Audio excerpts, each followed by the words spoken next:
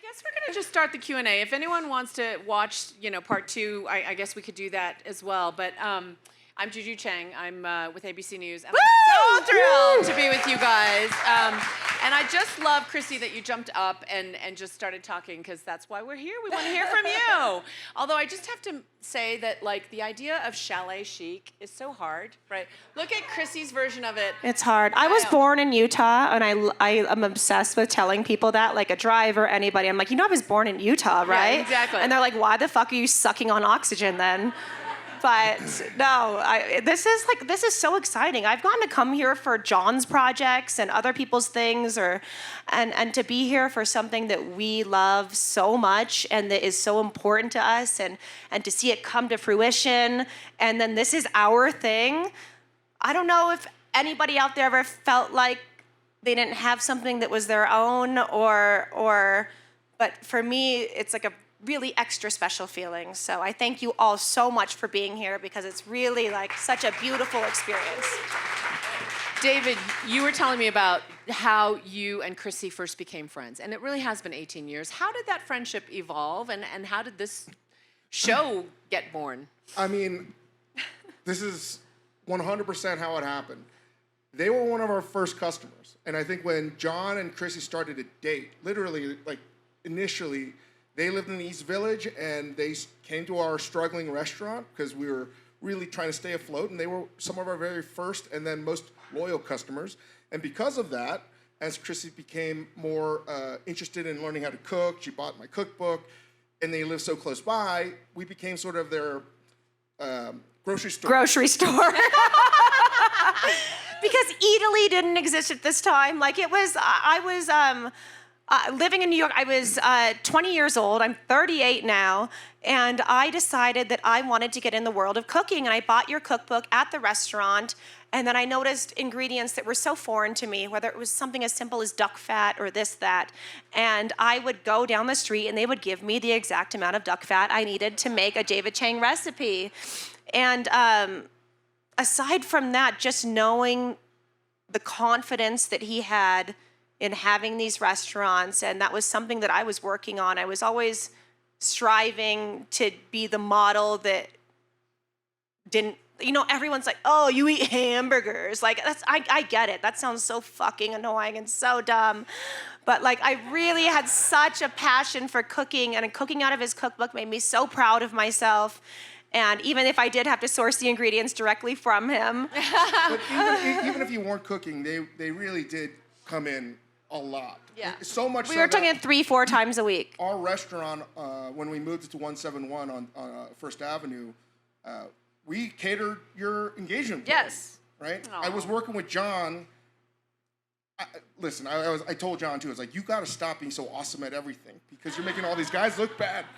But he does it for show. He knows it makes him look awesome. We've been really part of each other's lives, and when my wife became pregnant with our first son, I think that's when our relationship changed. And I said, you're going to be a big softie now. And he did. And she really was so gracious with her knowledge and all of these things for welcoming our first son. It was awesome. Yeah. What I love about all three of you is you're all sort of storytellers in your own right. And I wonder, Joel, I know you were brought in to help spill the tea in the middle of the restaurant, but what do you think the story is that you're telling in these episodes of you said, food is love, food is an experience, food is all these things. What's the story you think that comes out in all this? And if it's tea, that's good too. No, I mean, I think for me, the thing about the show that I had to learn specifically, because I came into this not a foodie at all. I famously, in the first episode, which you don't get to hear me talk about, I blend chicken breast with a little bit of water. And then I thought he was joking. It's a chicken smoothie. Stay tuned for the end of the series, because you get to see David drink it. And so that was sort of that's where I come from with food. And I'm very utilitarian about food, and so I was sort of taken aback that they wanted me to do this show. But for me, what I think the story of the show is how accessible good food is for people. It's not gate-kept at all by people like Dave, and I think it's so much about Dave wanting to show people that you can have really high quality meals from the Michelin star restaurants that we visited to the more like humble, like hole in the wall places that we visited. It's all so good and so there's so much depth to it, but it's so accessible at the same time. David does the opposite of gatekeeping. Even though he has not one but 2 Michelin stars, he now launched, right? He's launched Michelin star. Any Day, which is microwave cookware. I signed up and bought a bunch. He does the Momofuku noodles and the sauces. Why do you want to make it so accessible, obviously? Why is that a passion for you? Well, I think originally actually nothing's really changed since the first day we opened up our restaurant in 2004, which was to make great food of value that was delicious and innovative and new, but also to show that you could do it differently. And what I mean differently is when we opened up, the word foodie didn't exist. People didn't take photos of food at all. No one talked about food. It just didn't exist, the food culture that we have today, and that's changed dramatically. One of those things that have changed is how people talk about not just Asian food, but just food that is not French or Italian. And I think when I go to the ethnic food aisle in the grocery store, I was like, wait, people shouldn't be buying these things anymore.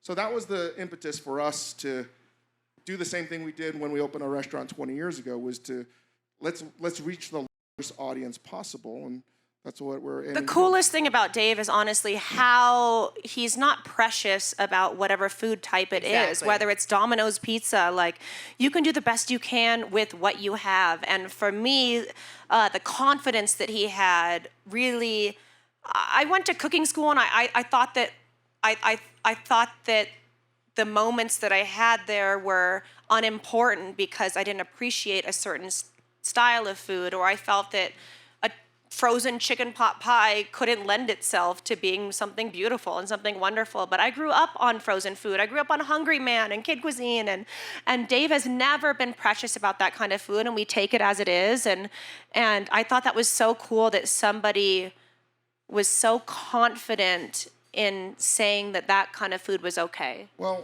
just one more note on this. I think for me it was getting the opportunity to live and work in Korea and Japan, and realizing that even in these expensive cities, you could eat extremely well, cheaply, right?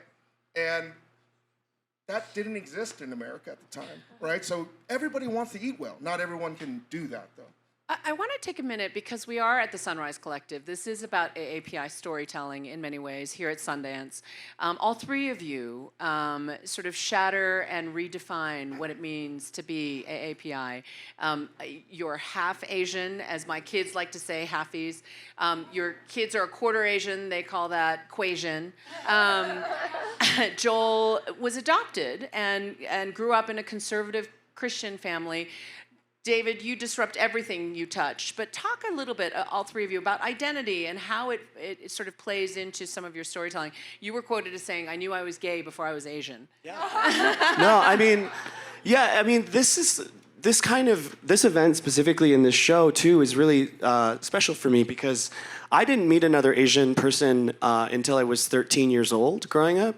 It was a very white community that I grew up in, and so outside of TV, like I just didn't have that experience, and I didn't feel that kind of community, specifically surrounding my race. And it was really difficult because as much as my parents were great and they tried very hard, there were things that I was experiencing as a kid and growing up different that they just could not connect with me over and could not help talk me through. And so it's been really gratifying to do projects like these that allow me to immerse myself in that story and this community.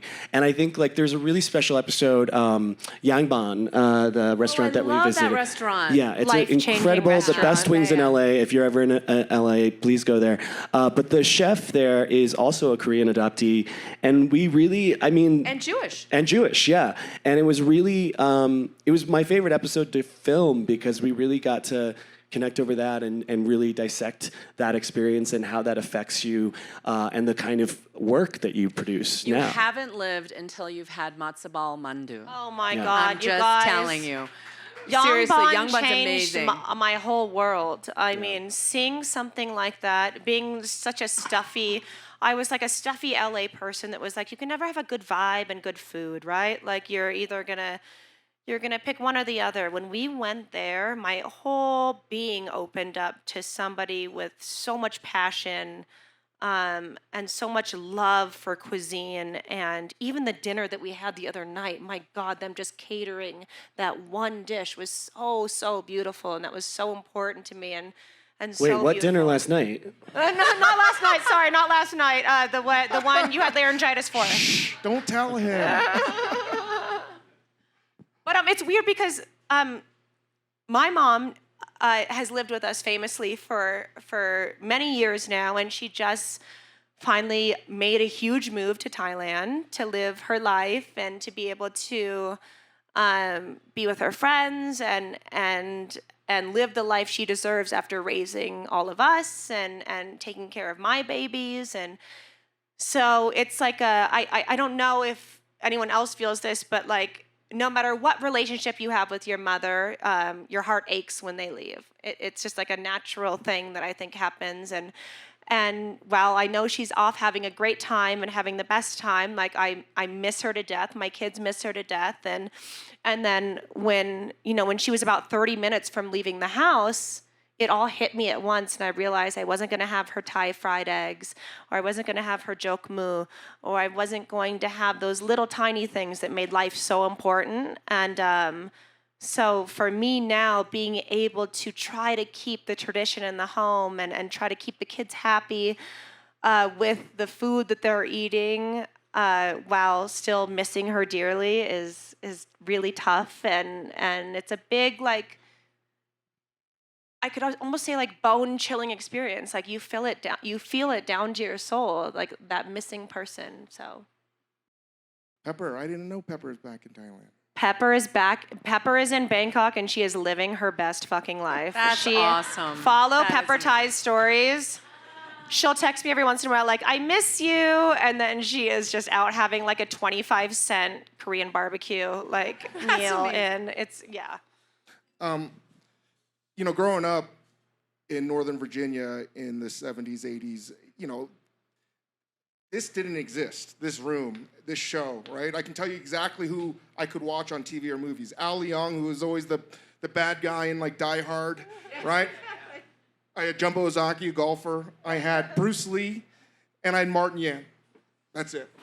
And I think being able to do this show with this cast and the people that worked on it, it's been remarkable because not everyone's going to watch the show as much as I hope people will, but this is just one part of a growing thing that did not exist 25 years ago. So this is very exciting to be part of. So yeah. And for it not to be seen like as some Asian ensemble cast. It's not? I mean, is it?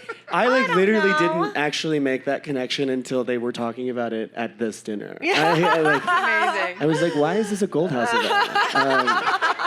Well, cool, that's when you know you've succeeded, because it's not about Asian American characters. It's about characters who happen to be Asian American. But tell me, just in the sort of spirit of Dine Out, what makes the perfect dining experience? I mean, obviously you're in the back of the house making the perfect food, and it's going to be delicious when it touches your tongue. But there's some magic, some alchemy that happens in the front of the house too, where you have a fabulous hostess who, and I still love watching you on Lip Sync Battle, being the hostess with the mostest, and having a little bit of humor injected and a little bit of charm and a little bit of fun. What makes the perfect dining out experience?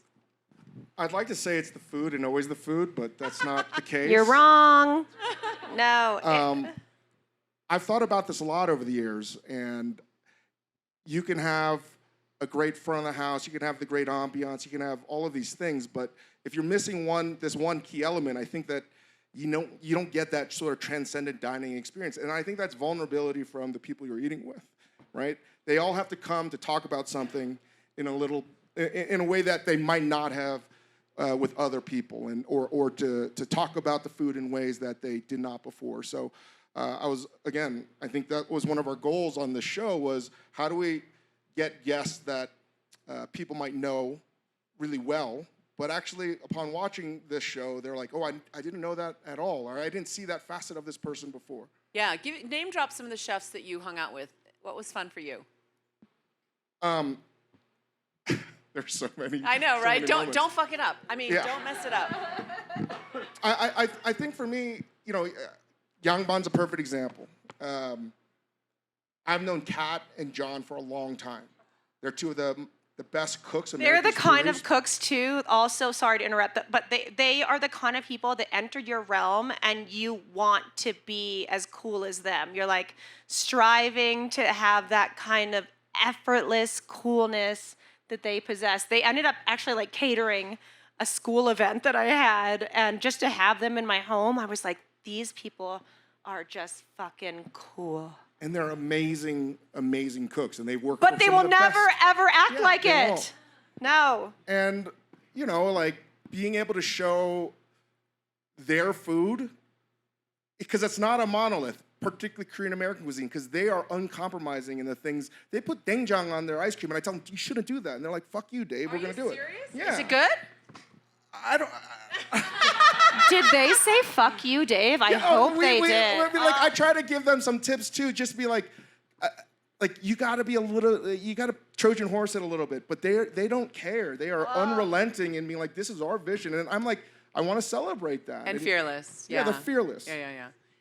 Well, we're being told that we're out of time, so I cannot tell you how grateful I am that you've all gathered, that you are here, that we can celebrate you and this great show and all the fabulous storytelling. No, we want want to celebrate everyone that's here tonight because, like, I have done many a show and nobody ever turns out like this, ever. So thank you all for coming so much. This means the world to us. We obviously would love a second season to show what we are capable of, but for now, we'll stick with this one. And big thanks to Dan Freeform Jane, and Dan Michael. Jane, The Freeform team has been Hulu. ridiculous. You guys know it. I've been saying it forever. And Belisa and everybody at Hulu, thank you for giving us the opportunity. Thank you so much. Spread the word, everyone. Thank It's you. a fabulous show. Enjoy. Thank you. Thank you.